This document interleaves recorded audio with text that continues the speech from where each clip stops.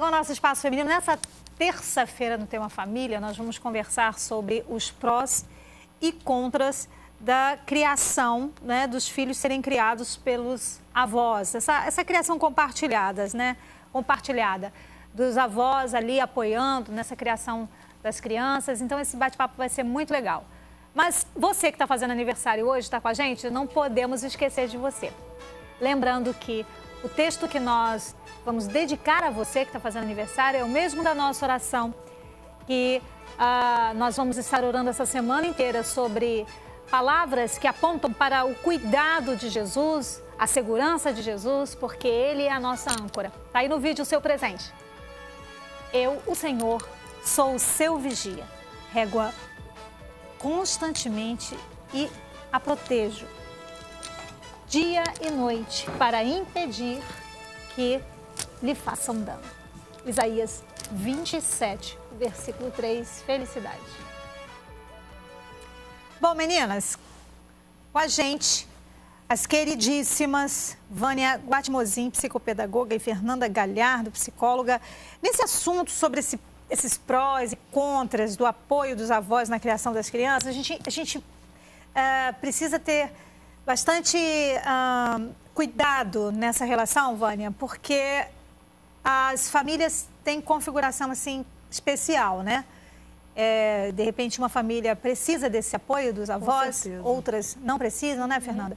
Mas, assim, a gente não quer julgar aqui, nem quer dizer o que é certo, o que é errado, não é isso. A ideia é colaborar com uma forma de pensar que ajude, se essa for a configuração, né, desse apoio ser solicitado aos avós. Quais os maiores problemas, Fernanda, que você acha que pode acontecer nesse compartilhar dessa criação dos filhos? A gente tem que ver que, na verdade, a família é primeiro, né, o que é a família? A família é um grande sistema, né, e cada um tem uma função nesse sistema. Então, a partir do momento que a gente tem ali uma série de pessoas que estão ocupando uma função relativa à autoridade, né? Porque quando os avós entram nesse processo de educação, eles entram como uma figura de autoridade.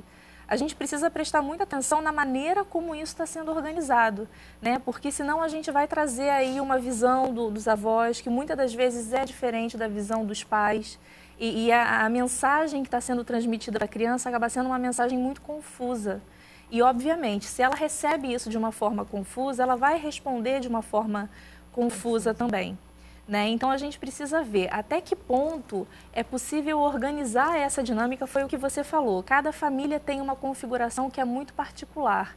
Então, até que ponto os avós vão participar dessa educação, até que ponto isso vai ser saudável, é uma questão que precisa ser cuidadosamente pensada e observada ao longo de todo o processo de desenvolvimento dessa criança, né? Para tomar os devidos cuidados e conseguir fazer os devidos ajustes aí ao longo desse processo. Assim, a gente, reforçando tudo que a Fernanda já colocou, a conversa, né? O diálogo é o fator primordial para que isso aconteça, né? E se realize. Então, assim, os pais, eles devem ter consciência daquilo que eles pretendem na educação dos seus filhos, né? E conversarem entre si para que isso, no dia a dia, passe a ser o verdadeiro, né? A gente sabe que os avós, eles tendem a ser mais afetuosos, quer dizer, eles são muito afetuosos, mas também são muito complacentes, né? Então, é preciso haver um equilíbrio.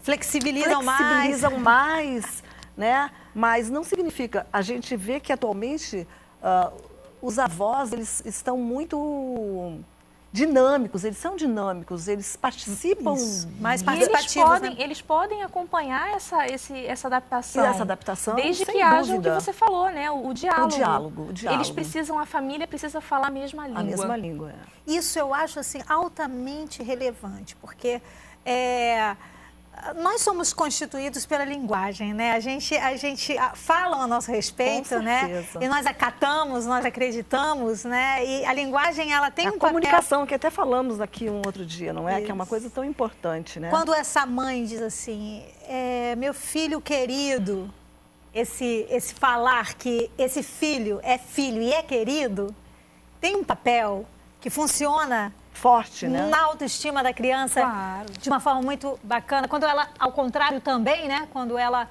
usa de expressões rigor, né? Que realmente isso desconstrói esse indivíduo, né? E também vai causar problema. Por isso que eu acredito que essa linguagem ela tem que ser muito uníssona, né? Procurar ser coesa, né? Isso, porque a criança está ali no meio de ouvir uma coisa e ouvir outra. É preciso haver uma verdade, não é, Fernanda? Uma referência. Uma referência, olha, trazendo né? aí uma questão que talvez a gente consiga visualizar isso. Esses dias no consultório eu estava atendendo uma adolescente e a questão é que a mãe trabalha fora, como a grande maioria de nós, e ela fica com os avós. E aí ela, no momento em que precisa da autorização de alguém, ela recorre aos avós, os avós autorizam. E aí, quando a mãe toma conhecimento, ela tira completamente a autoridade dos avós. Então, quer dizer, quem é a referência de autoridade dessa pessoa? Né? Então, assim, é um trabalho que tem que ser feito no sentido, peraí, vamos conversar todos, vamos chegar a um acordo, quem é a referência de autoridade aqui nessa família? Né? A quem a gente vai... como é que a gente vai seguir aí essa... espelho, né? Qual é o espelho onde eu vou me espelhar, né? Para poder manter Você pode também, no caso, tentar fazer com que não haja uma única voz, mas que todos concordem. Sim. E todos participem, de repente, da questão das orientações. E aí, é por isso que a gente diz que os avós, eles têm uma voz ativa, né? O que você está falando é você considerar o que eles trazem em termos de experiência, né? E chegar num consenso. Bom, então o nosso acordo daqui em diante é agir desta maneira aqui. Né? E você consegue transmitir a essa criança ou esse adolescente uma mensagem muito clara. Né? Isso para a educação é fundamental. Eu acho assim muito importante esse programa, porque a gente vê que as famílias parece que muitas vezes não se preocupa com isso, né? De fazer esse tipo de trazer essa informação de lá para cá, para que se fortaleça, né? Esses vínculos da forma de educar, de construir, de criar. Porque, por exemplo, eu tenho também nos meus atendimentos muitas avós, normalmente a figura feminina, que leva os netos para o atendimento. Muitos. Entendeu? Então isso acontece muito, porque os pais estão trabalhando, são elas que são as responsáveis em levar essas crianças para os seus atendimentos. Não é, Fernanda? Isso acontece muito contigo. Agora, então, isso aí é um ponto que a gente precisa ponderar. Por quê? Porque no momento em que eu preciso dessa avó para que ela, de alguma forma, desenvolva alguma atividade com essa criança, no momento em que ela é desautorizada também, ela perde um pouco ali nessa dinâmica também. Ela precisa ser considerada, não é, Fernanda? Ela precisa ser descaracteriza frente a essa criança. Sim. E esse papel familiar, que ela tem o papel de avó. A verdade é que dá trabalho. Né? Não é fácil, não é fácil. Nós, inclusive, a questão da educação não é algo que é só voltado para a criança. Nós, enquanto família, precisamos nos educar e reeducar o tempo inteiro. Então, não é fácil você identificar que surgiu uma dificuldade, vamos todos agora pensar o que vai ser feito a partir disso, né? Até para a gente saber que posição que a gente vai assumir diante do problema e como isso vai ser passado para a criança daqui em diante. Eu vejo que os adultos precisam se organizar, precisam parar de brigar, precisam parar de fazer aquela... Como é que era o nome daquela brincadeira? De puxar, né? Puxar, como era? Quem vê que tinha... Qual era o lado que vinha? Força, né? Cabo de guerra? Cabo de guerra, Então, parar com isso, porque a criança fica ali, olha, de espectadora, olhando e ela... Enfim, e às vezes, isso se projeta a criança também... Quando uma das figuras falta, né? Vamos supor, a mãe saiu, aí a avó se queixa da mãe na frente da criança. Isso é um fator muito, Não, nós estamos colocando aqui o que realmente acontece. É a avó que fala mal da mãe. E a mãe que fala mal. Vamos ser claros, vamos assim, fala mal da mãe diante da criança, a mãe que chega e se coloca mal também diante da avó em frente à criança. Então, quer dizer, é um clima todo de desconforto que se cria. E o que se esquece nisso é que o objetivo é o mesmo. É só um, né? É só um só. É construir essa criança, não é? Isso aí. É construir essa criança. Mas a gente vê como é complicado, como nós, na verdade, complicamos muitas vezes, né? Nós estamos aqui ressaltando pontos importantes, né? Esse aí é muito importante, tem que se dar conta, tem que ficar prestando atenção. Outra coisa que eu acredito ser também bastante relevante é quando nesse contato, onde a criança está ali, né, vendo e se percebendo, a gente entender que a criança, ela está sendo criada, ela está sendo ali educada. Ela não está só, não é, participando de um dia onde alguém está cuidando dela. Não. Ela está sendo construída ali. Então, assim, cada dia é um dia de construção para essa criança. Os adultos envolvidos nessa criação precisam dar conta disso. Eu vejo isso como relevante também, porque senão a gente pensa assim, não, eu só estou cuidando dessa criança. Não é tratar com superficialidade, não é? Mas com respeito, né? A esse ser que está ali. Cada dia é um dia de construção. Dia de construção, ou de desconstrução. E que ela vai trazer demandas aí reais, né? Reais, que se refletem na escola, não é? No meio social em que ela convive. Então, quer dizer, é um fato que precisa ser bastante falado, revisado. Sabe por quê? Porque, olha só, aí nós achamos o seguinte, quando cresce, aí nós achamos assim, poxa, mas agora eu vou tentar consertar, mas já cresceu, não é? Mas durante a época em que foi criança, que deveria ter, cada dia é um dia preciosíssimo na vida de uma criança, na vida de qualquer ser humano. Cada dia. Então, naquele dia, é um dia especial para, né, trabalhar o caráter, princípios nesse caráter, né? limites, valores, cada dia. E no cotidiano, numa brincadeira, numa questão qualquer que aparentemente não diz muita coisa, mas ali está sendo construída. Porque senão, chega lá na frente, na adolescência, eu já vi mães olhando para os seus filhos, adolescentes, dizendo assim, eu não sei onde foi que eu errei. Porque não se deu conta de que cada dia foi um dia de... Muita coisa se perdeu, né? De trabalho. E agora, assim, a figura da avó, dos avós, né? É uma coisa tão importante para as nossas vidas, não é? Porque, na verdade, assim, os avós são os depositários da história da família, né?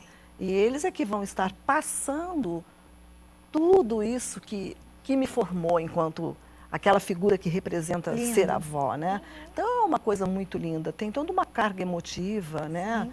De onde eu vim, né? De onde eu vim. A história de onde eu vim está isso aí, isso fortalece o presente e prepara a criança para o futuro, né? Então, é preciso a gente apresentar isso normalmente os avós fazem com carinho, com cuidado, né? Às vezes um pouco exagerado, não é? Os pais também saberem o momento de respeitar esse espaço. Esse espaço, com certeza. É fundamental, né, Fernanda? O respeito o respeito permeia todos os momentos da nossa vida. Aqui, olha, eu preciso te respeitar enquanto tu falas, enfim, né? Precisamos ter reciprocidade nessa questão. Sabe, Fernanda, uma coisa que é muito interessante, que a gente precisa perceber é que hoje eu posso não estar tendo muita compreensão desses avós que estão criando o meu filho, posso estar, como mãe, posso estar criticando, posso estar desautorizando e ainda tendo que contar com eles, mas amanhã esses filhos serão o futuro da família. Com certeza. E eu vou estar em um outro papel. Sim. E por isso eu disse da necessidade da gente se reeducar, né? Porque as condições mudam, os papéis mudam, né? E a gente precisa manter isso aí o tempo todo muito bem estruturado.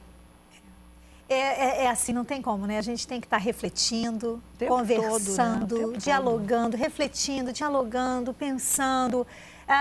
E hoje é dia, sabe de quê? De se ajustar. Hoje, de repente, é um dia onde... É dia de consertar as coisas. Com certeza, de parar. Poxa, a gente não se deu conta disso ainda, né? Vamos ver se a gente consegue fazer alguma coisa aqui para... Se perceber também assim, poxa, aqui eu tenho errado, aqui eu tenho sido muito inflexível. Permissiva, né? Aqui eu tenho sido flexível demais, aqui eu preciso tomar as rédeas da situação aqui eu preciso afrouxar um pouco, enfim. Eu acho que conciliar tudo isso, buscar entrar em sintonia, hoje é o dia. Sim, saber ouvir, saber falar, né? Como passar isso, como transmitir a maneira como você percebe as coisas acontecendo. Eu acho que é importante o tempo todo a gente rever isso. É fundamental, não é, Fernanda? Sim. Outro ponto que eu queria que a gente falasse é o seguinte, amigas.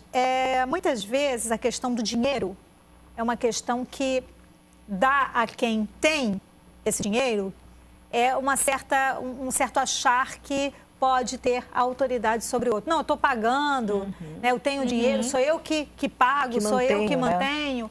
E é um equívoco a gente pensar dessa forma também. As relações podem estar altamente comprometidas por esse equívoco. De ambas as partes, não é? Sim. Tanto dos avós, que às vezes eles mantêm muitas situações dentro da casa, né? Escola, creche, né? Isso é muito comum. Isso é muito comum. Atualmente é muito mais comum do que se imagina, né? E quanto dos familiares mesmo que estão num poder aquisitivo maior do que o meio em que vieram, né? E aí a gente volta na questão do respeito, e aí a gente volta na questão dos valores, dos princípios. Quando isso funciona, quando isso é colocado realmente em prática, né, na família, o que você está passando, o que você está transmitindo para essa criança? Né? Que o poder vem de onde? Né? E como é que são estabelecidas as relações de poder? Então, eu acho que é mais uma questão que fica aí para nós observarmos, para os adultos, né? Porque pais, avós. E essa criança vai reproduzir de uma forma inocente. Eu me lembro de uma vez uma criança que descobriu que o dinheiro não podia mandar na escola, o que ela queria na escola. A primeira coisa que ela fala para essa mãe que vem buscá-la é dizer assim: mãe, aqui não é do jeito que eu quero, não. Aqui é de outro jeito, não é do jeito que eu quero. Porque ela veio com essa fala. Não é do Minha mãe está pagando, então eu vou fazer. E a professora, não é assim. E, infelizmente, a gente tem essa noção, a gente vivencia muito isso no momento da questão desse valor, né, do dinheiro, como é que ele chega, como é que ele reflete lá dentro da escola, na família, em todos os locais, né? O poder do dinheiro, né? Isso é uma coisa muito ruim. Dá até outro programa, né? Dá até outro programa, nossa. sem dúvida que dá. Eu acho que a gente tem que fazer um outro programa sobre isso. Sabe por quê? Porque às vezes tem avós que dizem assim, mas eu que pago a tua escola, então por que eu não posso fazer? Entendeu? Então, quer dizer, poxa, descaracteriza a figura dos pais.